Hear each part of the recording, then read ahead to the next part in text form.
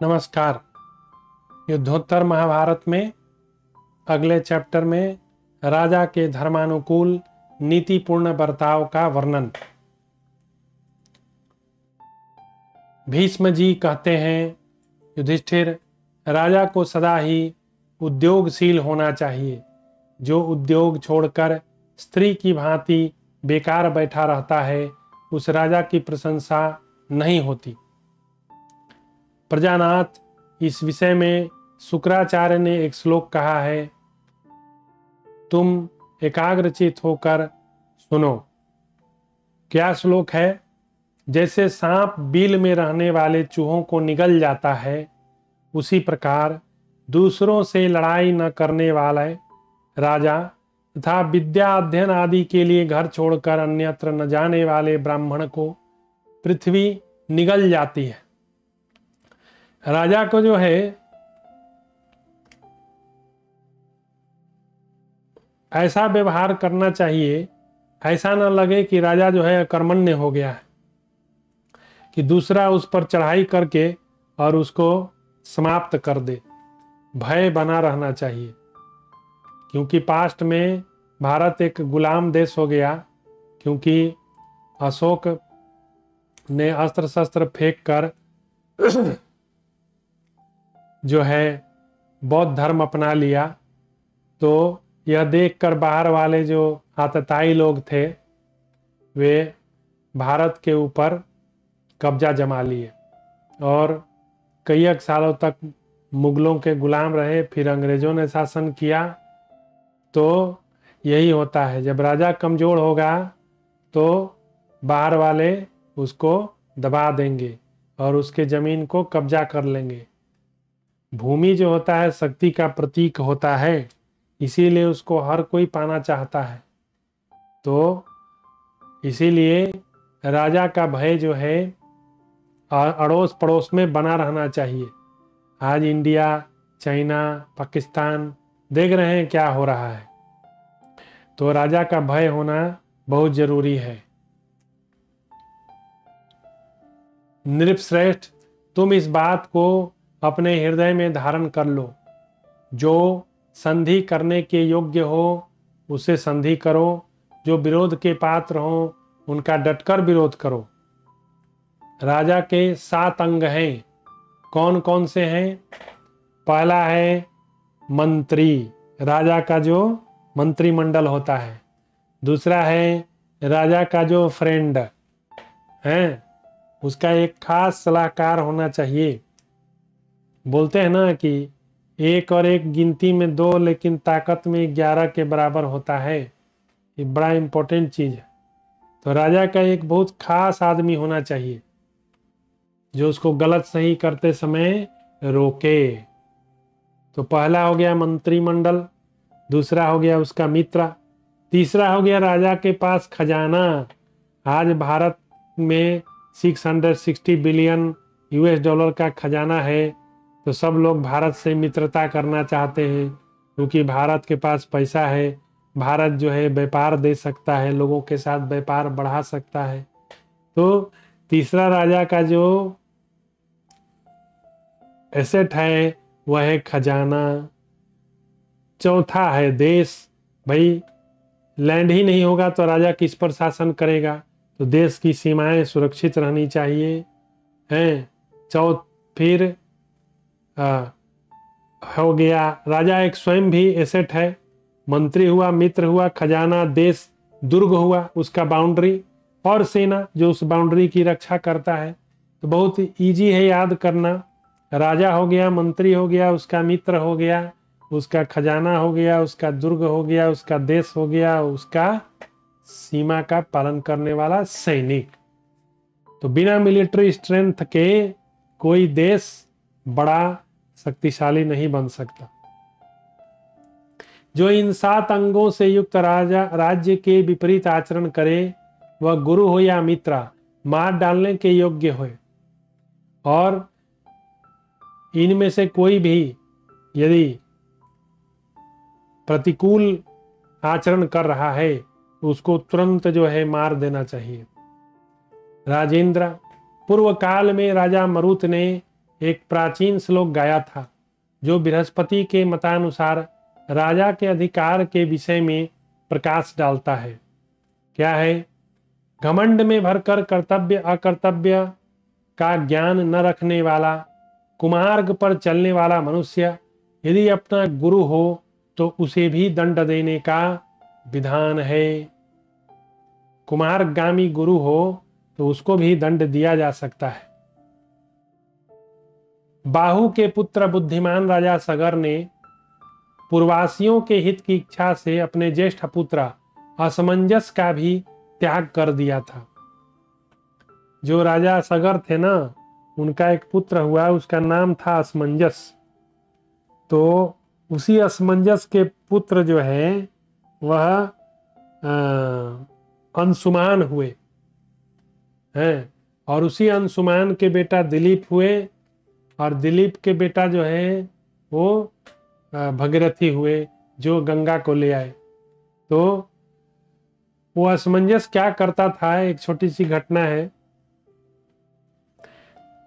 वो थोड़ा बुद्धि उसकी थोड़ी कमजोर थी, तो वो बच्चों को पकड़ के पानी में डाल देता था। जो सरयू नदी थी ना, उसके पानी में डुबा देता था। यह बात राजा को जब पता चली तो उन्होंने उसे देश निकाला दे दिया। कहा इसको इस देश से बाहर निकाल दो। अपने पुत्र का भी त्याग कर दिया।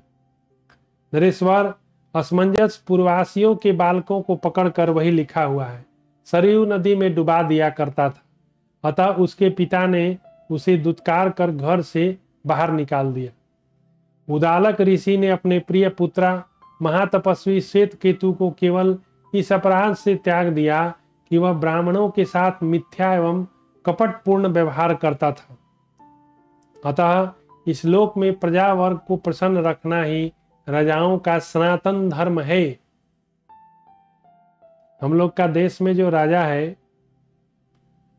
वो यदि प्रजा का रक्षा करता है, प्रजा के भलाई के हेतु कार्य कर रहा है, तो यही उसका सनातन धर्म है। सत्य की रक्षा, व्यवहार की सरलता ही राजोचित कर्तव्य है। दूसरों के धन का नाश न करे, जिसको जो देना हो उसे वह परस्पर दिलाने की व्यवस्था करे। जिसने अपने मन को वश में कर लिया हो, क्रोध को जीत लिया है, शास्त्र के सिद्धांत का निश्चयात्मक ज्ञान प्राप्त कर लिया, जो धर्म अर्थ काम मोक्ष के प्रयत्न में निरंतर लगा है, प्रजा की रक्षा न करने से बढ़कर राजाओं के लिए दूसरा कोई पाप नहीं है। राजा के लिए यही पाप कर्म है कि वह प्रजा की भलाई छोड़ के दूसरे कामों में लगा हुआ। राजा को चारों वर्णों के धर्मों की रक्षा करनी चाहिए। प्रजा को धर्म संकरता से बचाना राजाओं का सनातन धर्म है। राजा किसी पर विश्वास न करे, विश्वसनीय व्यक्ति का भी अत्यंत विश्वास न, वेरी इंपॉर्टेंट। जिस पर सबसे ज्यादा भरोसा है उस पर सबसे ज्यादा शक करना चाहिए, क्योंकि वो आपका सारा भेद जानता है। वो आपको पूरी तरह से बर्बाद कर सकता है, इसलिए उस पर भी विश्वास न करे। राजनीति के 6 गुण हैं। क्या क्या हैं? पहला, संधि। राजनीति का 6 गुण है। पहला है संधि, दूसरा है विग्रह, तीसरा है यान, चौथा है आसन, पांचवा है दैधी भाव, और छठा है समाश्रय। इन सब के गुण दोषों का अपनी बुद्धि द्वारा निरीक्षण करें। इनको हम अंत में जानने का प्रयास करेंगे। शत्रुओं के छिद्र देखने वाले राजा की सदा ही प्रशंसा की जाती है। जिसे धर्म अर्थ काम के तत्वों का ज्ञान है, जिसने शत्रुओं की गुप्त बातों को जानने और उनके मंत्री आदि को फोड़ने के लिए गुप्तचर लगा रखा है, राजा को गुप्तचर का इस्तेमाल करना चाहिए। और उसके पड़ोसी के राजा में क्या छिद्र है उसका उसे पता होना चाहिए। राजा को उचित है कि वह सदा अपने कोषागार को भरा पूरा रखे। ऑलवेज जो है पैसा खजाने में रहना चाहिए। उसे न्याय करने में यमराज की तरह होना चाहिए। धन संग्रह करने में कुबेर जैसा होना चाहिए। सबका एग्जाम्पल दिया जा रहा है।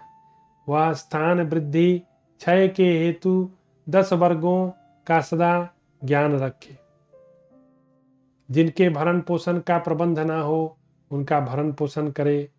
उसके द्वारा जिनका भरण पोषण चल रहा हो उन सब की देखभाल करे। राजा को सदा प्रसन्न मुख रहना चाहिए। राजा को वृद्ध पुरुषों की उपासना करनी चाहिए। वह आलस्य को जीते, लोलुपता का त्याग करे, सत्पुरुषों के व्यवहार में मन लगावे, संतुष्ट होने योग्य स्वभाव बनाए, वेशभूषा ऐसी रखे जिससे वह देखने में मनोहर जान पड़े। साधु पुरुषों के हाथ में से कभी धन न छीने। असाधु पुरुषों से दंड के रूप में धन लेना चाहिए। साधु पुरुषों को तो धन देना चाहिए, उनसे लेना नहीं चाहिए। स्वयं दुष्टों पर प्रहार करे, दानशील बने, मन को वश में रखे, सुरम्य साधन से युक्त रहे, समय समय पर धन का दान उपभोग करे। प्रत्यक्ष परोक्ष रूप में भी उनके साथ राजा का एक सा बर्ताव होना चाहिए। ऐसा करने वाला नरेश इस जगत में कभी कष्ट नहीं उठाता। जो राजा सब पर संदेह करता है, सबका सर्वस्व हर लेता है, वह लोभी कुटिल राजा एक दिन अपने ही लोगों के हाथ से मारा जाता है। इसलिए राजा को जो है संयमी होना चाहिए। जो भूपाल बाहर भीतर से शुद्ध रहकर प्रजा के हृदय को अपनाने का प्रयत्न करता है, वह शत्रुओं का आक्रमण होने पर भी उनके वश में नहीं पड़ता। यदि उसका पतन हुआ भी तो वह सहायकों को पाकर शीघ्र खड़ा हो जाता है। जिसमें क्रोध का भाव हो, जो दुर्व्यसनों से दूर रहता हो, जिसका दंड भी कठोर नहीं होता तथा जो अपनी इंद्रियों पर विजय पा लेता है, वह राजा हिमालय के समान संपूर्ण प्राणियों का विश्वास पात्र बन जाता है। जो ज्ञान एवं ज्ञानियों का सत्कार करता है, शास्त्र के ज्ञातव्य विषय को समझ आने तथा परहित साधन में संलग्न रहता है, सत्पुरुषों के मार्ग पर चलने वाला स्वार्थ त्यागी है, वही राजा राज्य चलाने के योग्य है। जैसे समुद्र की यात्रा में टूटी हुई नौका का त्याग कर दिया जाता है, उसी प्रकार प्रत्येक मनुष्य को चाहिए वह उपदेश न देने वाले आचार्य, वेद मंत्रों का उच्चारण न करने वाले ऋत्विज, रक्षा न कर सकने वाले, कटु वचन बोलने वाले स्त्री, गांव में रहने की इच्छा रखने वाले ग्वाले, जंगल में रहने की कामना करने वाले नाई, इन 6 व्यक्तियों का त्याग कर दे। यदि शत्रु पर चढ़ाई की जाए, अपने से बलवान सिद्ध हो तो उससे मेल कर लेना चाहिए। उसको संधि नामक गुण कहते हैं। यदि दोनों में समान बल हो तो लड़ाई जारी रखनी चाहिए, उसको विग्रह कहते हैं। यदि शत्रु दुर्बल हो तो उस स्थान में उसके दुर्ग आदि पर जो आक्रमण किया जाता है उसे यान कहते हैं। यदि अपने ऊपर शत्रु की ओर से आक्रमण हो और शत्रु का पक्ष प्रबल जान पड़े तो उस समय अपने को दुर्ग आदि में छिपाने रखकर आत्मरक्षा करनी चाहिए, वह आसन कहलाता है। यदि चढ़ाई करने वाला शत्रु मध्यम श्रेणी का हो तो दैधी भाव का सहारा लिया जाता है। उसमें ऊपर से दूसरा भाव दिखाया जाता है, भीतर दूसरा भाव रखा जाता है। जैसे आधी सेना दुर्ग में रखकर आत्मरक्षा करना और आधी को भेजकर शत्रुओं के अन्न आदि सामग्री पर कब्जा करना दैधी भाव कहलाता है। आक्रमणकारी से पीड़ित होने पर किसी मित्र राजा का सहारा लेकर उसके साथ लड़ाई छेड़ना समाश्रय कहलाता है।